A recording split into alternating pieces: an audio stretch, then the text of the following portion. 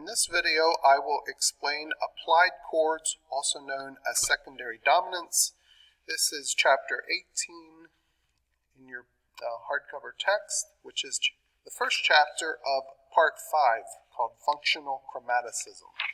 And it's one of the most important and common uses of chromaticism in music, and a good tool to add to your tool bag. Basically what an applied chord is a dominant chord borrowed from another key than what you are currently in. And it briefly is used to tonicize a chord that's not the one chord. So for example, in the key of C, G, B, D is our 5 chord. And if we want to briefly tonicize and make the 5 chord sound like a 1 chord, we can precede it with a secondary dominant. Okay, and so to create a secondary dominant, ask yourself, what is so when this note is do, when the root of this chord is do? And so if we were in the key of G, what would so be? And the answer is D. And so I'm going to build a D chord here, D, control down to move down an octave, F, A. However, that's minor chord, and that's simply going to sound like a 2 chord.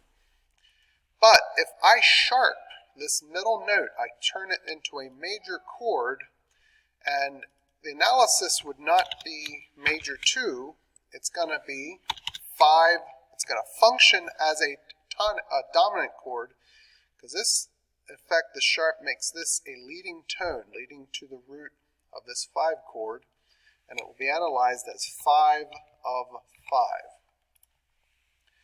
And it sounds, I don't think you can hear the sound, so I won't play that, but it'll sound like a 5 to a 1 chord. Briefly, sound like we're in the key of G. Now, 5 of 5 is the most common, probably, of the secondary dominants, but you can tonicize any chord in the scale except the 7 chord. And the book explains why you can't do the 7 chord. But let's see it. See how it would work if we wanted to tonicize the 2 chord, which would be DFA. Okay, in the key of C. And let me delete this.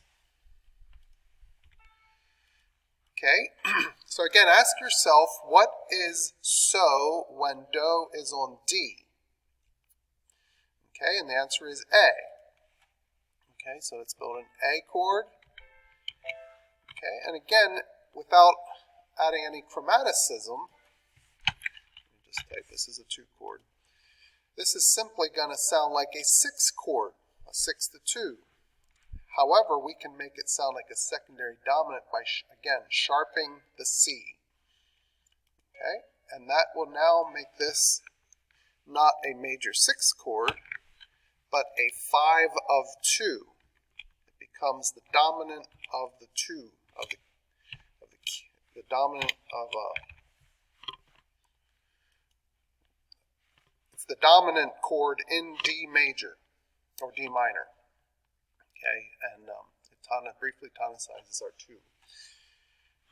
What if we want to tonicize the 4 chord? Let's look at that example yet. Okay, this is a 4 chord in the key of C. And let me erase all this. Okay, so again, ask yourself, whoops, this is, there we go. That's fa, la, do now. Ask yourself, what is so in the key of F, in the key of the 4 chord? And the answer is C. And so let's go C, move down an octave, E, G. Now, just leaving it like that, however, what Roman numeral would this be? It's be analyzed as a 1 chord. This will simply sound like a 1 to a 4. So how can we make this chord sound like a secondary dominant, tonicizing the 4 chord? And the answer is add a 7th to it, because actually a flatted 7th. Okay, so if I add a B on top of here and flat it,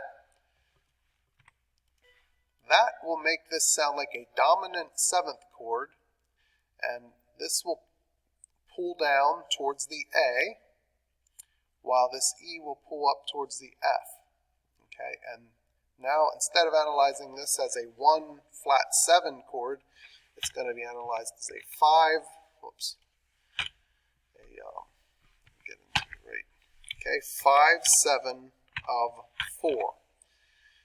Okay, so you can identify secondary dominants by looking for sharps, which indicate the third of a secondary dominant chord, or flats. When you see flats, often they will indicate the seventh of a secondary dominant.